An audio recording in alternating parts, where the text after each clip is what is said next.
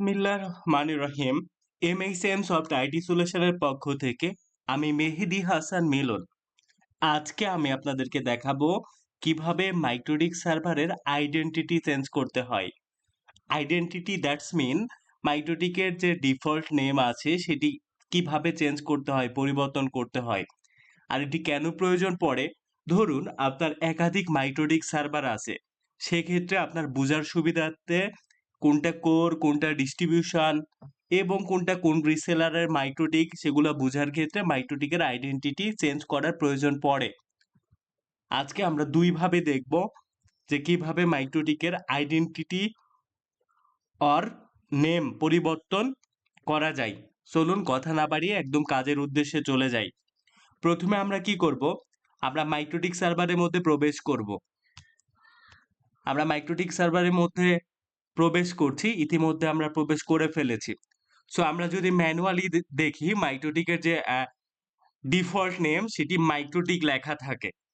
So এখন আমরা কি করব? সেটি পরিবর্তন করব। পরিবর্তন করার জন্য আমরা প্রথমে সিস্টেমে চলে যাব। সিস্টেম থেকে ডিরেক্ট দেখুন এখানে আইডেন্টিটি লেখা রয়েছে, আইডেন্টিটিতে ক্লিক করব। তারপরে আমরা একটা বক্সের ঘর পাবো। সো এইখানে আমরা ফর এক্সাম্পল আমরা নাম পরিবর্তন করে মিলন দিতে পারি। সো আমরা মিলন দিলাম, দেন আমরা কি করব? অ্যাপ্লাই করব, ওকে করব। তাহলে দেখুন আমাদের নামটা কিন্তু পরিবর্তন হয়ে গিয়েছে, মিলন।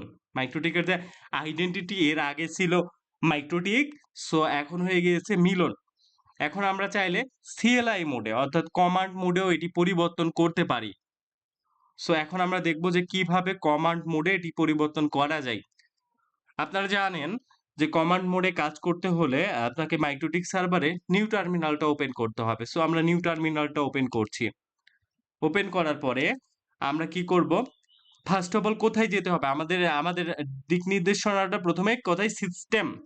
সিস্টেম। আমরা সিস্টেমে গেলাম। যাওয়ার পরে আমরা ডিরেক্ট চলে যাব কোথায়? আইডেন্টিটিতে। আমরা যদি কোনো কিছু বুঝতে অসুবিধা হয় তাহলে ট্যাবে ক্লিক করব। আপনাদের কিবোর্ডে যে ট্যাব লেখা বাটন আছে, বাটনে ক্লিক করবেন। করলে দেখেন অনেক অপশন চলে আসবে যে আপনি কোনটার মধ্যে ঢুকতে চাচ্ছেন। সো আমরা কি করব? আইডেন্টিটির মধ্যে ঢুকবো। সো আইডেন্টিটির মধ্যে চলে গেলাম। আপনি লাস্ট 3 ডিজিট অর 4 ডিজিট লিখবেন, লিখে ট্যাবে ক্লিক করবেন, তাহলে ওইটার মধ্যে ঢুকে যাবে।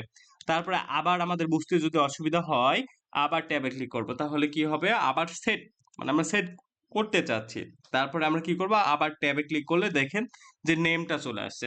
সো আমরা নামটা এখন পরিবর্তন করে করব এম সফট।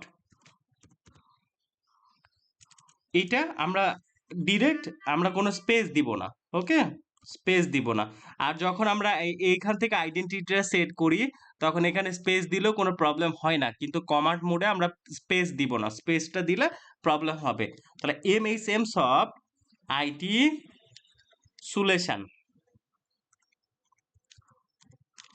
এখন আমরা কি করব? ওকেতে ক্লিক করব। দেখুন এখানে নাম কিন্তু অলরেডি পরিবর্তন হয়ে গিয়েছে। দেখুন M soft IT solution. So আপনারা চাইলে এইভাবে মাইক্রোটিকের নাম খুব ইজিলি পরিবর্তন করতে পারেন। সো আশা করছি এই ভিডিও থেকে আপনারা অনেক বেশি উপকৃত হবেন।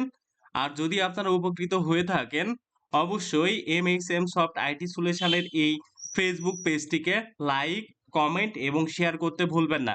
আর মাইক্রোটিক রিলেটেড যে কোনো প্রবলেম হলে আপনারা আমার ফেসবুক প্রোফাইলে মোহাম্মদ মেহেদী হাসানকে নক দিবেন। আশা করছি আপনাদেরকে খুব তাড়াতাড়ি সহায়তা করতে পারবো। ভালো থাকবেন সবাই। আসসালামু আলাইকুম ওয়া রাহমাতুল্লাহ।